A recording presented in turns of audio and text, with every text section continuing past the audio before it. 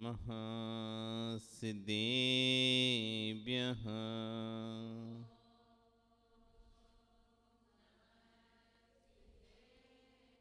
ॐ नमः सिद्धेभ्यः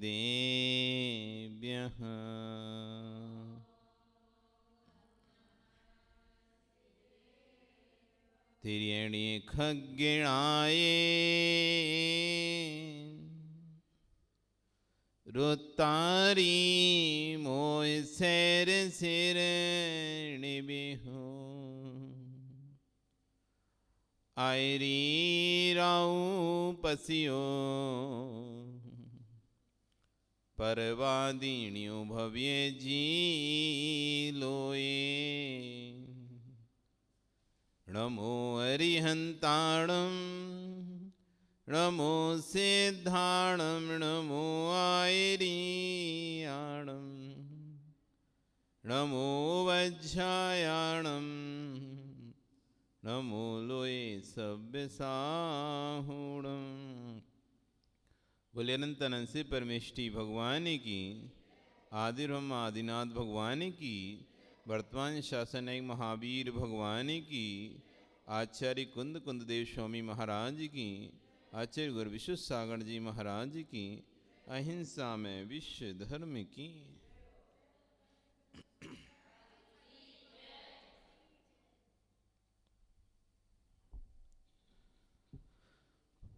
बंधु, वर्तमान शासन न्यायिक वर्धमान स्वामी के शासन में आदिनाथ स्वामी की चरण निश्रा में बैठकर हम जिन देशना को श्रवण कर रहे हैं, आचार्य भगवान कुंद कुंद देव स्वामी ने कल यहाँ पर कहा था अध्ययन ही ध्यान है। आज कह रहे हैं सम्यक ज्ञान ही ध्यान है। क्या बोल रहे हैं आज? सम्यक ज्ञान ही धर्म ध्यान है। इसके लिए गाथा कहते हैं पावरंभ प्रवृत्ति पावारंभ निवृत्ति पुण्णारंभे पौतिकरणम्पि नाणम दम झाणम जिन बड़िदम सभ्य जीवाणम। पावारंभ निवृत्ति,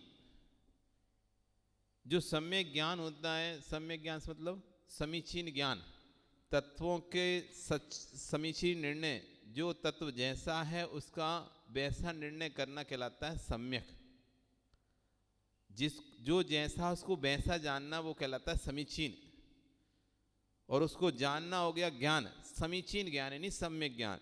जो सम्यक ज्ञान होता है वो क्या करता है? पावारंभ निवृत्ति, पाप से निवृत्ति कराता है। पाप के आरंभ से क्या कराता है? निवृत्ति, यानी पाप को छुड़ाता है। और पुण्यारंभे पवित्रीकरणम, और पुण्य के कार्यों में प्रवृत्ति कराता है। यदि कोई कहे कि मैं सम्यक दृष्टि हूँ, हम भगवान पर आस्था करते हैं, हम सम्यक दृष्टि हैं, तो सम्यक दृष्टि हैं तो फिर उससे कहेंगे अच्छा बताओ तुम्हारे पाप की निवृत्ति हो रही है, पुण्य में प्रवृत्ति हो रही है? यदि पाप से निवृत्ति के भाव चल रहे हैं तुम्हारे, पुण्य में प्रवृत्ति के भाव चल रहे हैं तुम्हारे, तो पक्का सम्यक दृष्टि हो। क्योंकि ज्ञान का फल हान उपादान उपेक्षा।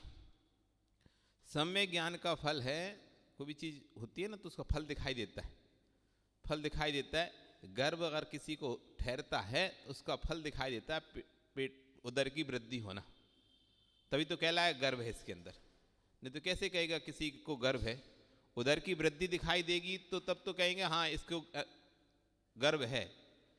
तो कोई भी कार्य तो उस फल देखकर हम कहते हैं कि हाँ ये कार्य हुआ है। यदि सम्यक ज्ञान हमारे अंदर है, यानी सम्यक दर्शन हमको यदि हुआ है तो सम्यक ज्ञान होगा। तो सम्यक ज्ञान जब होगा तो हान उपादान उपेक्षा, ये तीन फल दिखाई देंगे। कौन कौन से? हान, उपादान और उपेक्षा।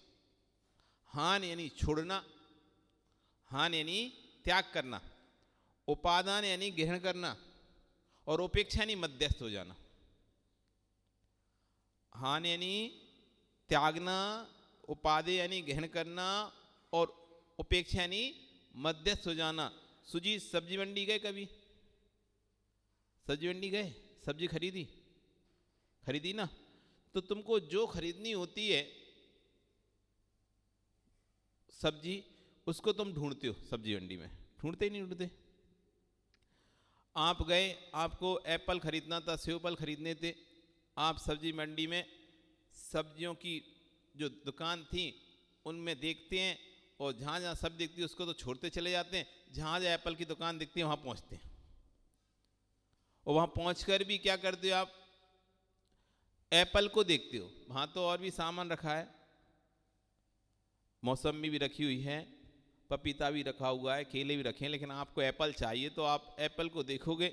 एप्पल में क्या करोगे आप, जो अच्छा अच्छा एप्पल होगा उसको ले लोगे, जो बुरा एप्पल होगा उसको छोड़ दोगे। तो जो अच्छा था उसको ले लिया, जो बुरा था उसको छोड़ दिया, और जिससे कोई मतलब नहीं था, पपीता, केला, सेब फल और जो चीज़ें थी उनको आपने देखा ही नहीं, उपेक्षा। अच्छे हैं बुरे, उन्हें थोड़ी ना छांट रहे थे आप, छांट रहे थे कि उनमें से कि अच्छा पपीता है कि बुरा पपीता है, कि खराब केला है कि अच्छा केला है, उपेक्षा, कोई मतलब नहीं। वो अच्छा रखा रहा है चाहे खराब रहे। एप्पल चाहिए था तो आप हर दुकान पे देख रहे थे अच्छा एप्पल कहाँ पे है, अच्छा एप्पल कहाँ है, तो आपने देखा अमुक दुकान पर अच्छा एप्पल है, लेकिन वहां पर केला खराब टंगा था, तो आपको कोई मतलब नहीं था केले से, तो उपेक्षा। जिससे आपको मतलब होता है उसमें से आपने अच्छा अच्छा ले लिया, बुरा बुरा छोड़ दिया, और जिनसे कोई मतलब नहीं था उनसे उपेक्षा। ये ज्ञान का फल होता है। जो हमारे कल्याण की चीजें उनको ग्रहण करना, जो हमारे कल्याण की चीजें उन अकल्याण की चीजें उनको छोड़ देना, और जिनसे हमारा कोई सरोकार नहीं, ना कल्याण का सरोकार ना कल्याण का सरोकार, उन पर मध्यस्थ, उनके प्रति मध्यस्थ। मेरा कल्याण का संबंध किससे है, मुझसे ही है। मेरे कल्याण संबंध किससे है, मुझसे है। मैं भगवान की भक्ति करूंगा तो मुझे पुण्य मिलेगा, मैं अभिषेक करूंगा तो मुझे पुण्य मिलेगा, मैं पूजन करूंगा तो मुझे पुण्य मिलेगा। तो मैं अभिषेक कर रहा हूं, मैंने ग्रहण किया, और जो सोने वाला काम था, आलस वाला काम था, वो छोड़ दिया।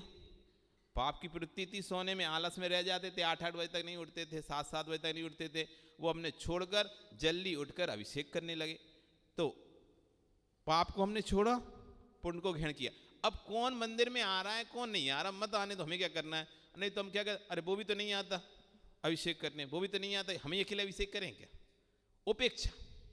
उनसे भी कोई मतलब नहीं, आए तो ठीक, नहीं आए तो ठीक, उससे मुझे क्या करना। उनके आने से मुझे तो पुण्य बंधेगा नहीं, उनके नहीं आने से मुझे पाप नहीं बंधेगा। तो जिनसे हमारा कोई कल्याण कल्याण का कोई संबंध नहीं उनसे, कि कोई और दूसरा आके पूजा करेगा, कोई और दूसरा आके अभिषेक करेगा तो मेरा पुण्य डबल 3 गुना हो जाएगा, कोई नहीं आएगा तो मेरा मुझको पाप लगेगा या मेरा पुण्य खत्म हो जाएगा, कोई मतलब नहीं इससे। तो उसके लिए क्या करता है व्यक्ति, उपेक्षा। मतलब नहीं, आओ सो ठीक, नहीं आओ सो ठीक, हमें करना क्या, हमें तो अपना अपना कल्याण देखना है। तो हम तो सुबह से उठ के आ गए, अपना अभिषेक करे, अपना पूजा किए, अपने भक्ति किए और अपने चले गए। तो जो सम्यक ज्ञान जब किसी को होता है तो उसके अंदर ये 3 चीजें दिखाई देती हैं, हान, उपादान, उपेक्षा। जो उसके लिए काम की बातें होती हैं उनको सुनता है, जो उसको लगता है अरे ये तो पाप बंद की बात, उनको नहीं सुनता, और जो उसको लगता है इनसे अपने क्या करना है इन फालतू बातों से, उपेक्षा करके आगे बढ़ जाता है।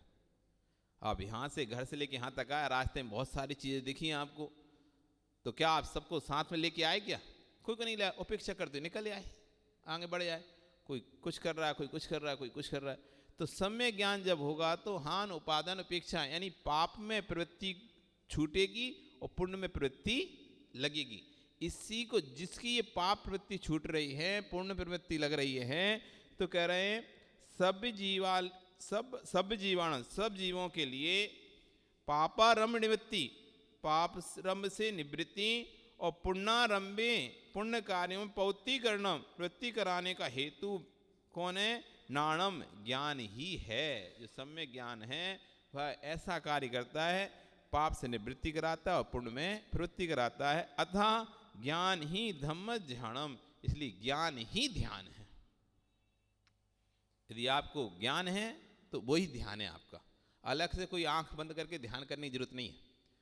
यदि आप पाप क्रियाओं को छोड़ते जा रहे हैं, पुण्य क्रियाओं को अपनाते जा रहे हैं, ये भी ध्यान ही है। अब इन्हीं गाथाओं, 3 गाथाएं जो कहीं, उनके ऊपर आचार्य भगवान विश्वेश्वर जी महाराज अपनी देशना दे रहे हैं।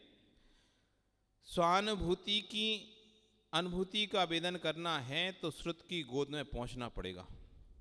स्वानुभूति मतलब आत्मा की, स्वानुभूति मतलब आत्मा की अनुभूति का वेदन करना है तो किसकी गोद में जाना पड़ेगा? श्रुत यानी आगम जिनवाणी की गोद में बैठना पड़ेगा। जैसे माँ की ममता की अनुभूति करना है तो माँ की गोद में बच्चा बैठता है तो उसे अनुमति होती है, तो ऐसे ही कह रहे हैं अपने आत्मा की अनुभूति करना है तो आपको आगम की जिनवाणी माँ की गोद में जाना पड़ेगा, उसकी गोद को प्राप्त करना पड़ेगा।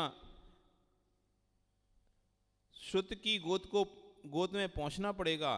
तत्व का निर्णय, सत्य का निर्णय यह पर कानों का विषय नहीं है। तत्व का निर्णय, सत्य का निर्णय पर के कानों का विषय नहीं है। सत्य का निर्णय, तत्व का निर्णय लोक परंपरा का विषय नहीं है, देश परंपरा का विषय नहीं है, कुल परंपरा का विषय नहीं है, पंथ परंपरा का विषय नहीं है। सत्य का निर्णय, तत्व का निर्णय ये जिनागम का विषय है। सत्य का निर्णय, तत्व का निर्णय किससे होगा? जिनवाणी से होगा, जिनागम से होगा। तुम्हारे कुल में क्या चलता है इससे हमें क्या करना है? तुम्हारे कुल में कुछ भी चलता रहे तो कुल परंपरा सत्य नहीं कहलाती, संत परंपरा, पंथ परंपरा सत्य नहीं कहलाती। किसी परंपरा में कुछ चलता है, किसी परंपरा में कुछ चलता है तो वो परंपरा सत्य नहीं है, जिनागम सत्य है, जिनवाणी सत्य है। आपकी परंपरा क्या होता है ये आगम नहीं हो जाता, आपके कुल में क्या होता है जिनवाणी नहीं हो जाती। परंपरा में मूसल को भी लोग पूज लेते हैं, खलिया मूसल होती ना चक्की, परंपरा में लोग उसको भी पूजते हैं। उखरी भी पूज लेते हैं, और तो और बैल गाय की भी पूजा की जाती है परंपरा में, लोक परंपरा में। तो ये लोक परंपरा है। पीपल आदि वृक्षों को भी लोग पूज लेते हैं। क्या ये सत्य है? क्या ये तत्व है? लोग जिसे पूज रहे हैं वो सत्य है क्या? जरूरी नहीं वो सत्य हो। सत्य तो वही होगा जो जिनागम में होगा। लोक में तो पीपल को देव माना जाता है, उखरी मूछल खलिया को इनको देव माना जाता है, ताला चाबी को देव माना जाता है, गाय बैल आदियों को की पूजा की जाती है, सांप की पूजा की जाती है। तो क्या देव हो जाएंगे या भगवान हो जाएंगे? नहीं होंगे। तो लोक परंपरा सत्य परंपरा नहीं होती, जिनागम परंपरा सत्य परंपरा होती है। ज्ञानी लोक में कस्तूरी को पवित्र माना जाता है, लेकिन कस्तूरी मृग के नाभि में होती है, वह हिंसक द्रव्य है, जैविक द्रव्य है, उसको हम कैसे धर्म स्वीकार कर लें?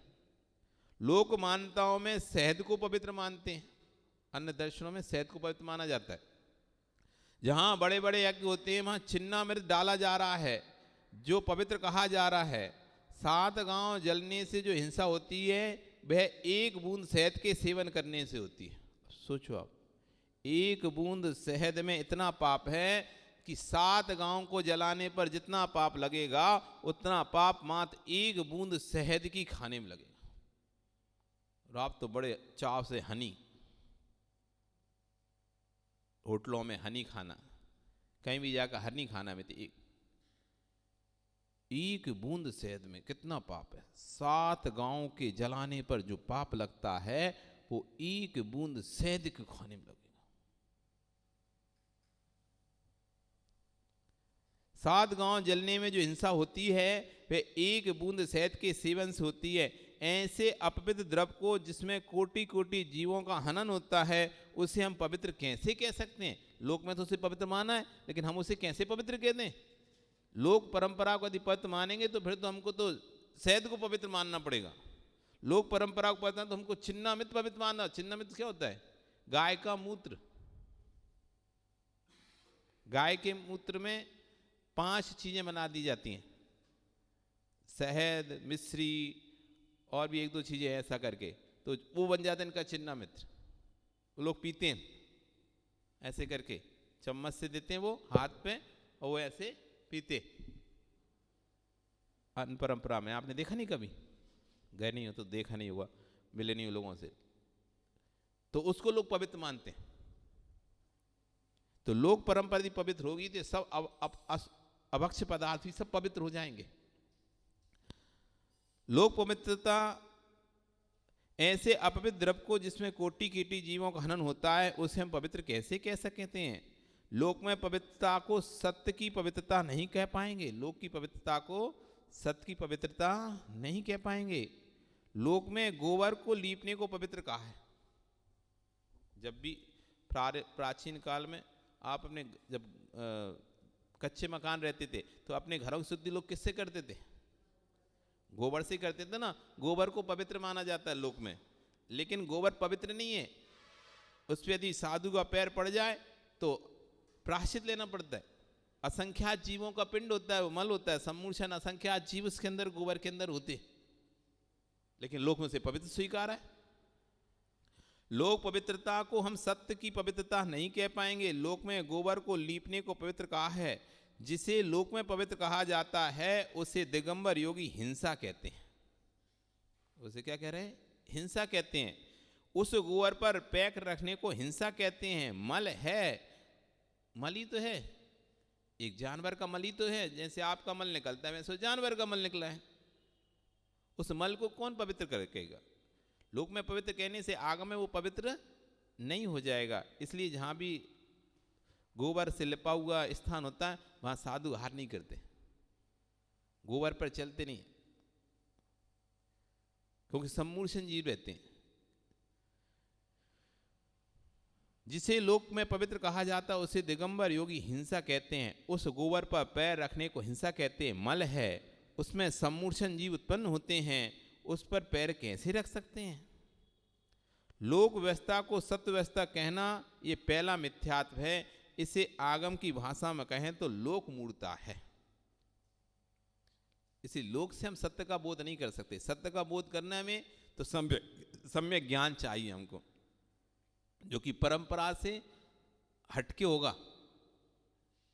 परंपरा से हटकी, क्योंकि जैसे जब तक हम यदि जो चश्मा हमारी आंखों पे पड़ा है हम उसी चश्मे से देखते हैं तो वस्तु की सत्यता दिखाई नहीं देती। सत्यता देखना है तो चश्मा उतारना पड़ेगा हमको। काला नीला पीला चश्मा आप पहने हुए हैं तो आपको कैसा दिखेगा बाहर का पदार्थ? जैसा चश्मा पहने वैसा है। यदि आपको सत्य पदार्थ के बारे में जानना है कि पदार्थ वास्तव में कैसा है तो आपको ये रंग काला चश्मा उतारना पड़ेगा। ऐसी जब तक आपके अंदर परंपरा का, पंथवाद का, संतवाद का चश्मा चढ़ा रहेगा आंखों पे, पंथवाद का हम 13 पंथी, हम 20 पंथी, हम 16 पंथी, 18 पंथी, 26 पंथी, 33 पंथी, ये पंथ का चश्मा चढ़ा रहेगा तो सत्य वस्तु नहीं पता चलेगी। संत का चश्मा चढ़ रहेगा, हम विद्यासागर वाले, हम विश्व सार वाले, हम वर्धमान सार वाले, हम पुण्य सागर वाले, हम शांति सार वाले, आदि सार वाले, ये चश्मा चढ़ रहेगा तब भी सत्य का बोध नहीं होगा। चाहे संत का चश्मा हो चाहे पंथ का चश्मा हो, क्योंकि जब एक चश्मा हम लगा लेते हैं किसी भी का तो हमको उसमें तो अच्छाई दिखती हैं, दूसरों में बुराई दिखती है। किसी एक व्यक्ति का हमने चश्मा लगा लिया अपनी आंखों पर, चाहे साधु का चश्मा लगा लिया हो, चाहे आदि सार का चश्मा लगा लियो आपने, चाहे शांति सार का चश्मा लगा लियो, चाहे विद्या सार का लगा लियो, चाहे विश्व सार का लगा लियो, तो तुम्हें जिनका चश्मा लगाए वो तो अच्छे दिखेंगे, लेकिन जो जिनका चश्मा नहीं लगा उनमें तुम्हें बुराइयां दिखाई देंगी। और जब तुम चश्मा उतार के देखोगे तो सब तुम्हें एक से दिखेंगे।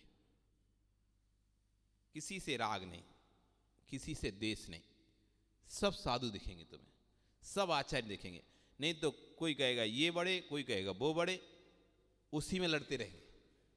आजकल बहुत लड़ाई चल रही है, कौन बड़ा कौन छोटा, कौन बड़ा कौन छोटा, इसी बात को कि नहीं वो बड़े हैं वो छोटे, वो बड़े हैं वो छोटे।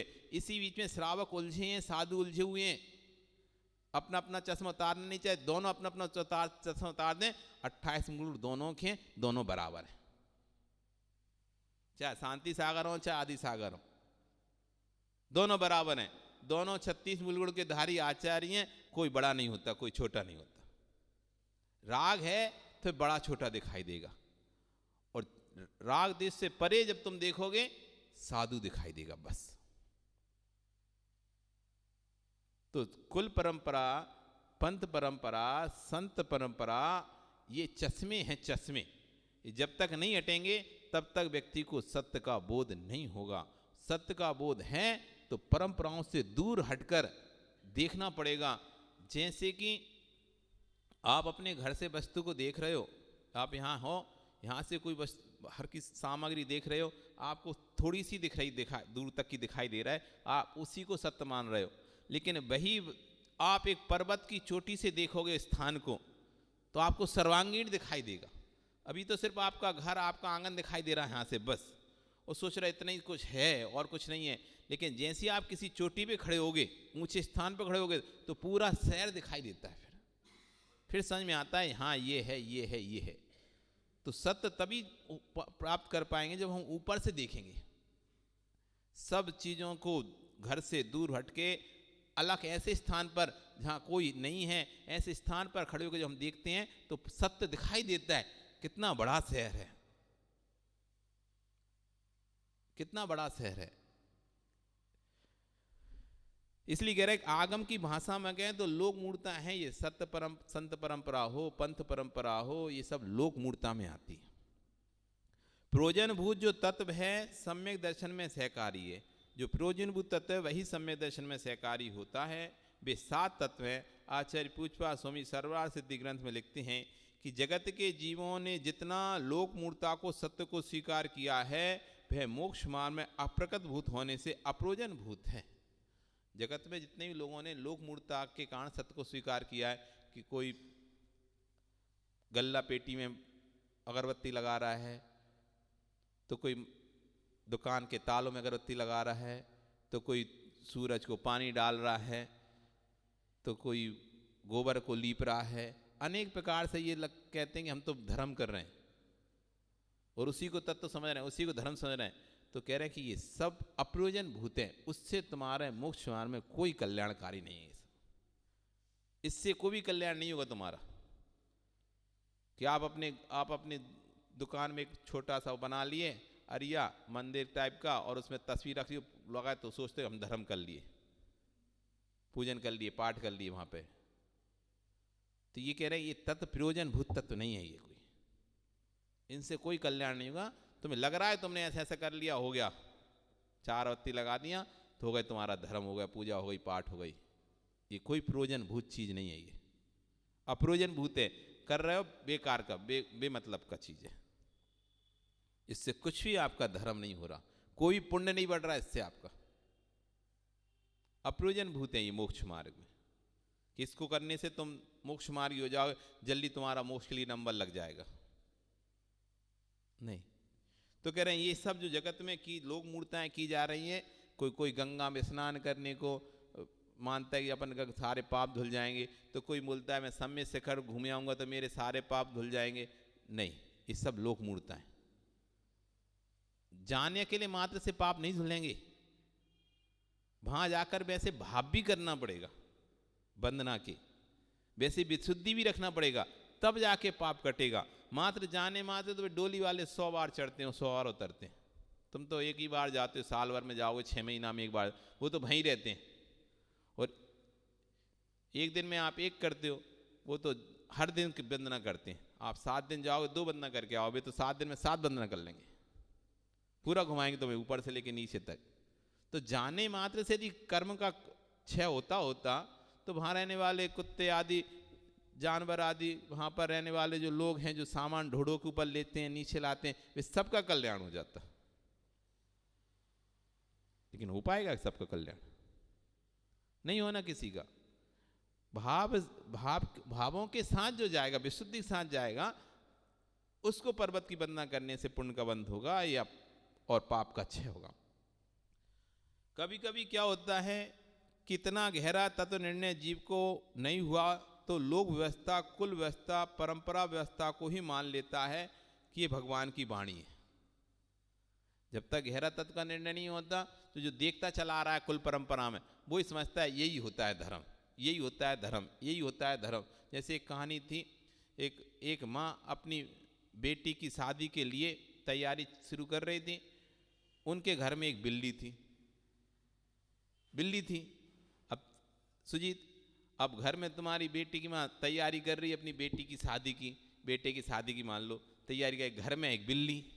अब वो बड़ी कर रही, परेशान, कहीं इधर कहीं उधर, कहीं इधर सामान कहीं उधर सामान। तो तुमने क्या किया, तुम्हारी देवी ने कहा कोई टोकनी लेके आओ, डलिया, और उसने उस बिल्ली के ऊपर रख दिया। अब ये यहीं रहेगी, परेशान नहीं करेगी, इधर से उधर बार बार इधर से उधर आ रही, इधर से उधर आ रही है। तो आपने क्या किया, एक टोकनी उसके ऊपर ढक दी। अब टोकनी ढक दी, अब बहू आई नई शादी होकर तुम्हारे घर में, और वो घूंघट में से देख रही है। अब शादी हो गई तो तुमने क्या किया, टोकनी हटा दी, बिल्ली बाहर निकाल दी। तो उसने बहू ने देखा, अरे टोकनी में बिल्ली रखी थी शादी के समय। क्या टोकनी में बिल्ली रखना पड़ता है शादी के समय? अब बहू उसमें से देख रही है। अब जब बहू धीरे धीरे उसके बच्चे हुए, बड़े हुए, जब उसकी बच्चों की शादी का समय आया, तो वो अपने पति से कहती है, अरे बिल्ली लेके आओ। क्यों बिल्ली क्यों लाए? अरे जब हमारी शादी हुई थी तो हमारी सासू ने बिल्ली को रखा था टोकनी में, तब वो परंपरा रस्म पूरी हुई थी, नहीं तो वो परंपरा पूरी नहीं हो पाएंगी, रह जाएगी अधूरी शादी।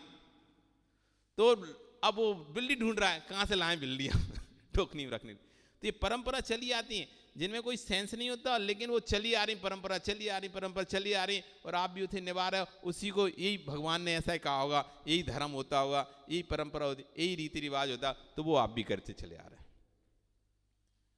इसलिए परंपराएं धर्म नहीं हो सकती। जिसे गहरा तत्व का ज्ञान नहीं है वो उसको सत्य मान लेगा परंपरा को। उस तत्व ज्ञान है, वो बोले भाई इससे ये किया क्यों जा रही है, तो बताओ तो सही ये क्यों किया जा रहा है परंपरा, इससे क्या होगा, ये किस लिए परंपरा, किस लिए की गई ये परंपरा, क्यों इससे कोई मोक्ष मार्ग का कोई संबंध है, या इससे कोई मोक्ष मिलेगा, क्या है इस परंपरा के अंदर। जिसको गहरा तत्व का निर्णय वो समझ जाए, अरे कुछ नहीं, लोक मूर्ता है सब। तो कह रहे जिसको गहरा तत्व का, जितना गहरा तत्व का निर्णय, जितना गहरा तत्व निर्णय जीव को नहीं होता है, तो वह लोक पर व्यवस्था को, कुल व्यवस्था को, परंपरा व्यवस्था को ही मान लेता है कि ये भगवान की वाणी है, जबकि ये भगवान की वाणी नहीं है। भगवान की वाणी में 6 द्रव्यों की निरूपणा हुई है। 6 द्रव्यों का उपयोग आप क्या कर रहे हो, ये आपके ज्ञान की विपरीतता है। वस्तु व्यवस्था तो परम पवित्र है, परंतु व्यक्ति के परिणामों की व्यवस्था पवित्र नहीं है। वस्तु व्यवस्था तो कैसी है, पवित्र है, जो जैसा व्यवस्थित है वो वैसा ही है, लेकिन हमारे परिणाम पवित्र नहीं है, इसलिए हमें हर चीज़ विपरीत दिखाई देती है। परिणाम विशुद्ध हो जाए तो हमें सब चीज़ें जैसी हैं वैसी दिखाई देने लगेंगी। व्यक्ति के परिणामों की पवित्रता है तो वस्तु निर्मल है। एक छुरी से कसाई हिंसा कर रहा है और एक छुरी से पुजारी पूजन की द्रव्य बना रहा है। छुरी यानी चाकू, समझते ना, एक चाकू से कसाई कर रहा है, कसाई एक चाकू से क्या कर रहा है, हिंसा कर रहा है। वहीं उसी चाकू से एक पुजारी पूजन की द्रव्य से तैयार कर रहा है। छुरी में क्या दोष था? एक डॉक्टर उसी छुरी से शल्य क्रिया करके जीवों की स्वास्थ्य लाभ दे रहा है। छुरी में पाप नहीं था, उपकरण में पाप नहीं था।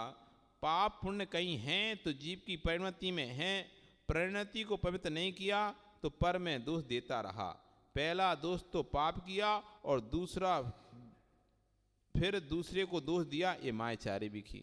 हम पहला तो क्या करते हैं, पाप करते हैं, फिर दूसरों को दोष देते हैं, इसके कारण से किया। अरे उसके कारण से क्यों किया?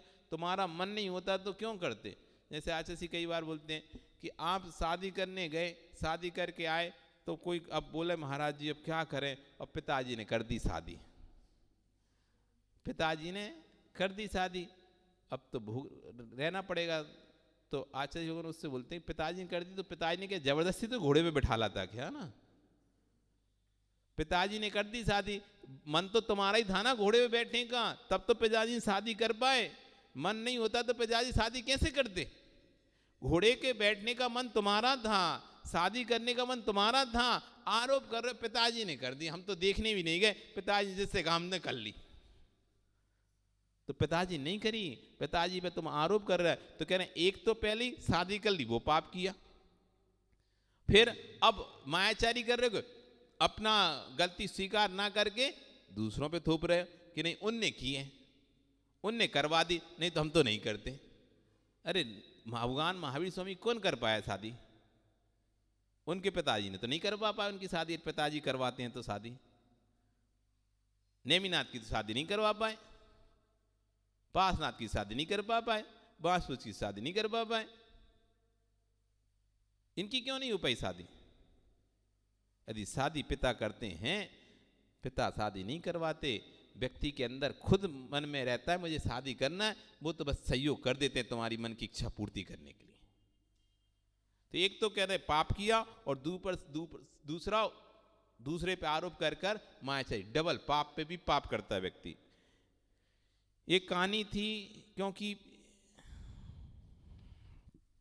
लोक व्यवस्था सत्य व्यवस्था नहीं है, लोक व्यवस्था तत्व व्यवस्था नहीं है। ये हो सकता है कि किसी वस्तु को आपने जाना नहीं है, पहचाना नहीं है, उसको अपने ज्ञान की न्यूनता तो कहिए, परंतु वस्तु का अभाव नहीं कह सकते। जिस व्यक्ति को दूध से घृत निकालने की विद्या नहीं मालूम है, तो उसे वह तत्व विषय ज्ञान की न्यूनता है, परंतु घृत का अभाव नहीं है। आपको यदि दूध में से घृत घी निकालना नहीं आता, तो ये मत कहो कि दूध में घी नहीं है।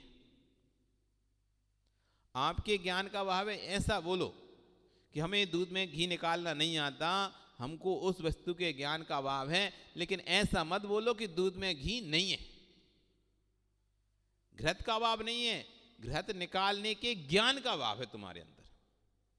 तो तुम्हें क्या लग रहा है दूध में घी नहीं है, आरोप कर रहे हैं है स्वयं के ज्ञान की कमी, और आरोप क्या कर रहे हैं, दूध में घी नहीं है। अब ऐसी यदि हम देखें, घर गृहस्थी में देखें, सास बहुओं में देखें, झगड़ा होता है तो कोई सास को दोष देता है, कोई बहू को दोष देता है। कोई कहता है कि सास अच्छी नहीं है, तो कोई कहता है बहू अच्छी नहीं। अरे तुम्हारे अंदर वो गुण नहीं है कि तुम किसी को अपना बना सको। ये कमी खुद की देखो ना। मेरे अंदर ऐसा गुण ही नहीं हो पा रहा है कि मैं सामने वाले को अपना बना सकूं। मेरे अंदर ऐसा गुण ही नहीं पैदा है कि मैं सामने वाले का बन सकूं, और हम दोष दे रहे हैं दूसरे पे, वो अच्छा नहीं है, वो अच्छा नहीं है। वो तो जैसा है वैसा ही है, तुम्हारे अंदर वो क्वालिटी नहीं है कि तुम उस व्यक्ति के बन सको। दूध में घी नहीं है, अरे दूध में तो घी है, तुम्हारे अंदर वो ज्ञान नहीं है कि इस दूध में से घी कैसे निकाला जाता है। एक मलेच्छ राजा घूमते घूमते घूमते घूमते अचानक उसका जो था घोड़ा बिचक गया, और उसको जंगल में लेके चला गया, दूर जंगल में। और दूर जंगल में जाकर उसने उसको एक गड्ढे में पटक दिया, उस राजा को, मलेच्छ राजा को, और भाग गया घोड़ा। वहाँ आगे जाकर एक व्यक्ति, भील व्यक्ति रहता था, तो उसने जब देखा कोई पड़ा है, उसको बाहर निकाला। बाहर निकाल कर उसने परिचय पूछा। जब परिचय पूछा तो पता चला तो राजा है हमारे नगर का ही। और उसने अपने घर ले गया, कुटिया में ले गया, और वहाँ ले जाकर उस राजा की सेवा की। इधर सैनिक राजा को ढूंढते ढूंढते उसी जगह पर आ गए जिस जगह पर वो कुटिया थी, और वहाँ राजा मिल गया उनको। इधर 3 दिन तक राजा की सेवा चलती रही। राजा के जो भील की बेटी थी वो राजा की सेवा करती थी, और अच्छे अच्छे पकवान बना बनाकर उसको खिलाती थी दूध के। राजा ने कभी खाए नहीं थे, को मलेच्छ राजा तो उसने मांस के अलावा कुछ खाए ना, जाने नहीं खाना, तो उसे तो पता नहीं था कि अच्छे पकवान क्या होता है।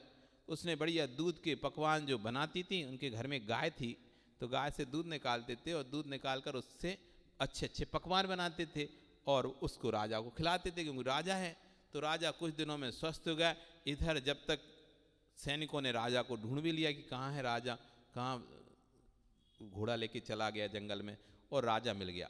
अब राजा जब जाने लगा तो वो दोनों जो भील थे वो खड़े हाथ जोड़ के, हमारे द्वारा कोई गलती हो आपकी सेवा में तो क्षमा करना। तो राजन का मुझे एक वस्तु चाहिए आपसे। कि क्या चाहिए?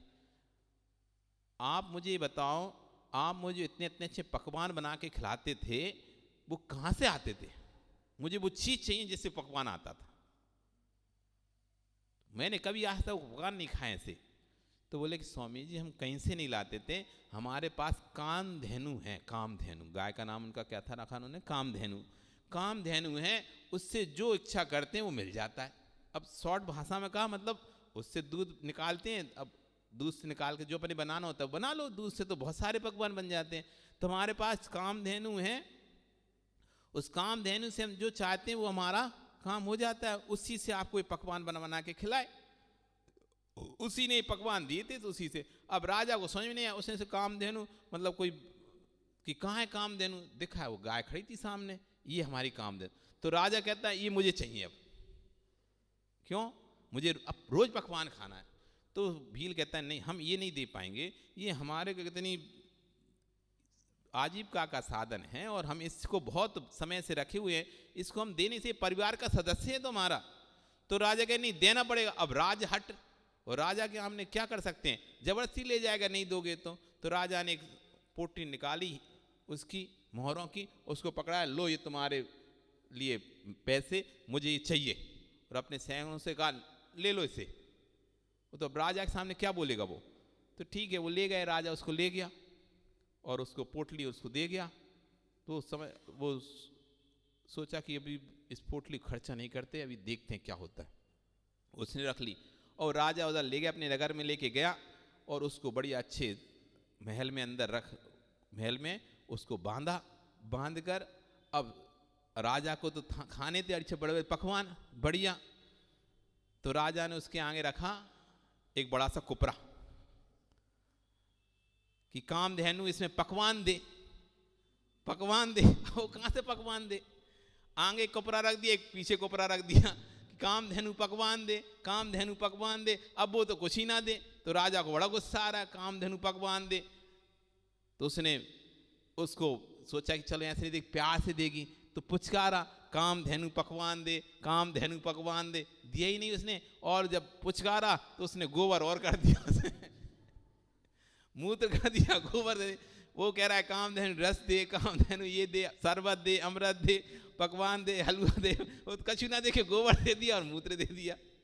और राजा गुस्सा आया कि वहां तो खूब अच्छा देती थी और यहाँ तो कुछ नहीं दे रही, गोबर मूत्र दे। खूब मारा उसे कि पकवान दे, हमको पकवान दे। लेकिन वो कहाँ से पकवान दे।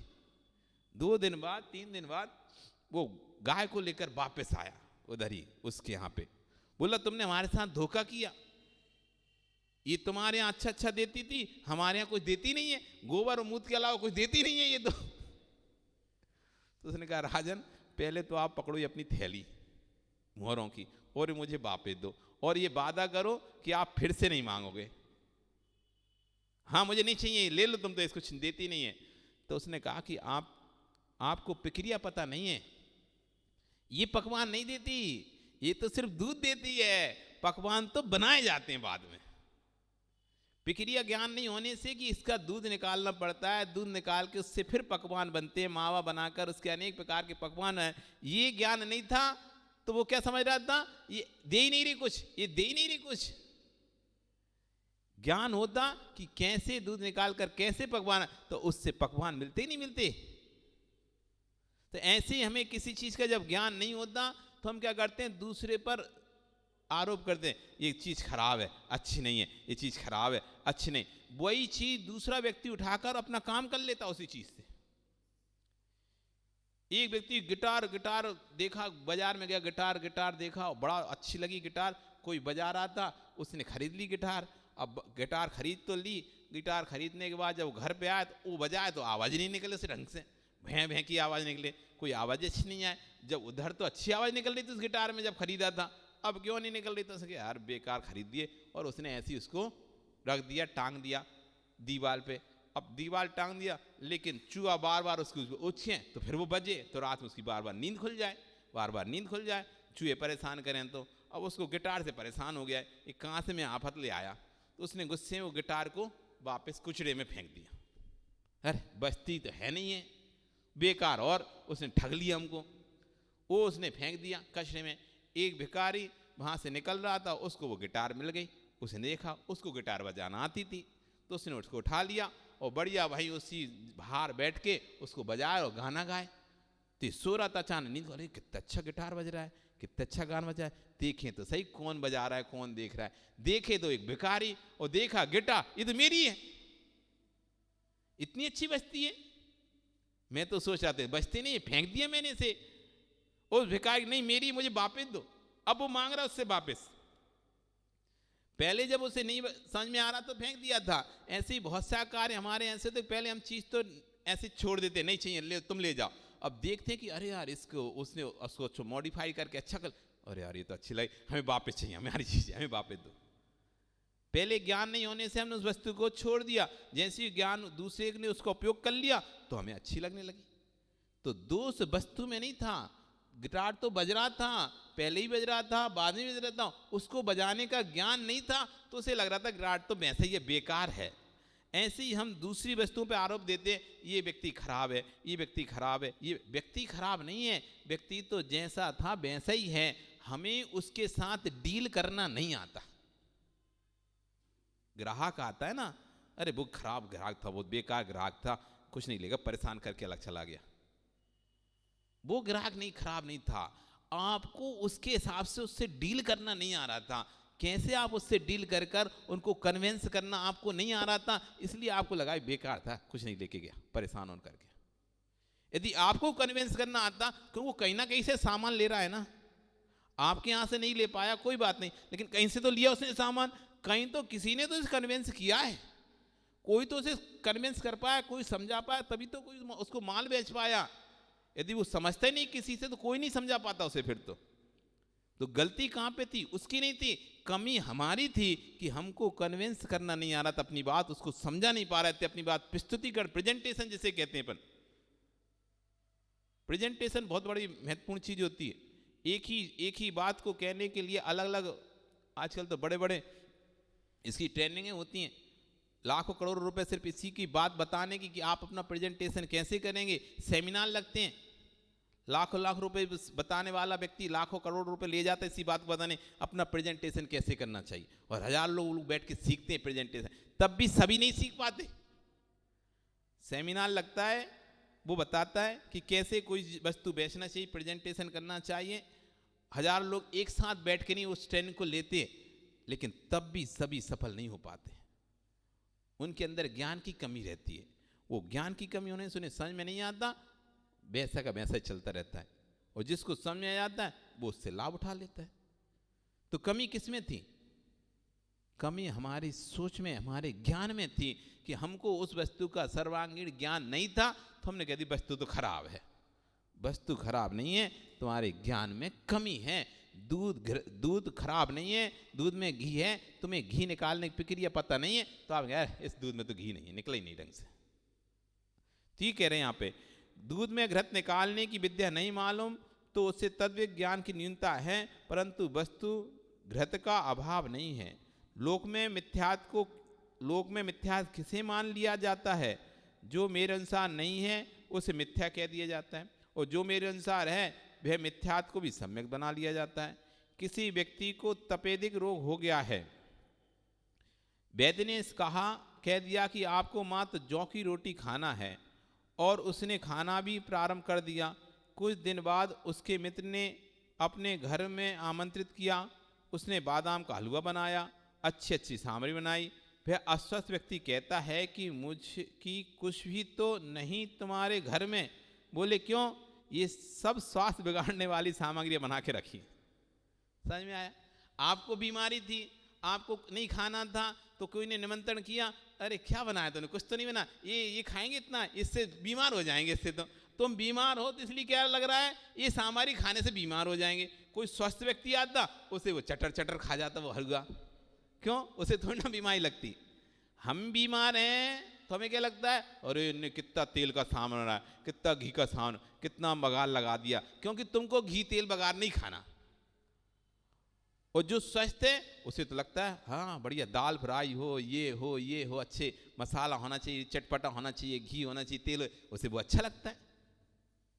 हम अपने हिसाब से अच्छा और बुरा देखते हैं। हमें जो चीज़ अच्छी लगती है वो सही, हमें जो चीज़ अच्छी नहीं लगी वो बुरी। तो हम कहें अरे इससे इतना खाने से तो बहुत तबीयत खराब हो जाती है, कोलेस्ट्रॉल बढ़ जाता है, ये बढ़ जाता है, क्योंकि अपन ने नहीं खाना इसलिए अपन ऐसा बोल रहे हैं। यदि अपन ने खाना होता तो नहीं बोलते ऐसा।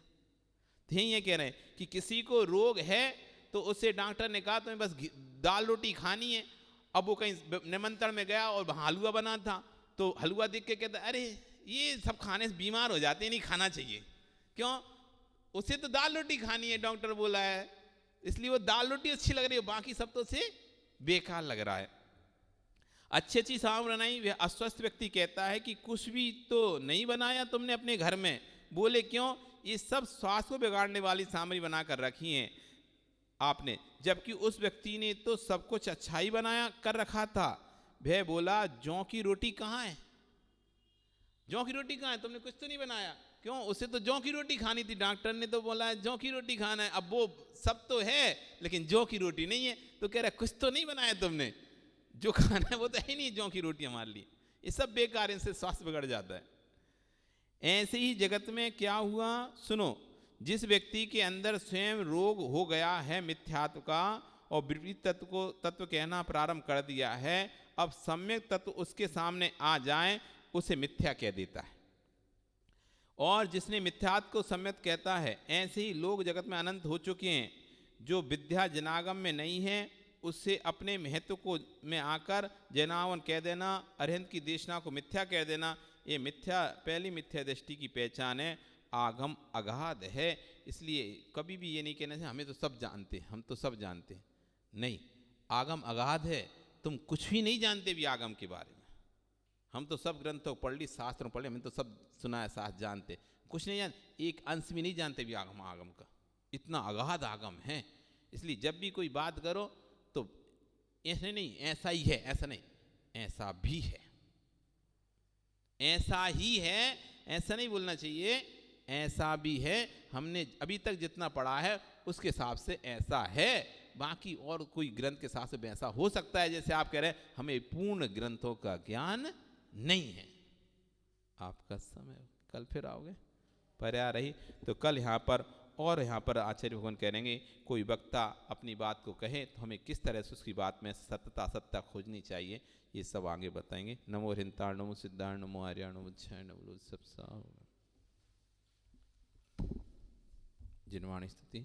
जा वाणी के ज्ञान तेह सूझे लो कालो, सो वाणी मस्तके नमो सदा देते हूँ धो। हे जिन वाणी भारती तो है जपो दिन रैन, जो तेरा शरणाग है सो पावे सुख चैन। देव भजो अरहंत को गुरु सेवो निर्ग्रंथ, दया धर्म बालो सदा यही मोक्ष का। 9 वर्णों का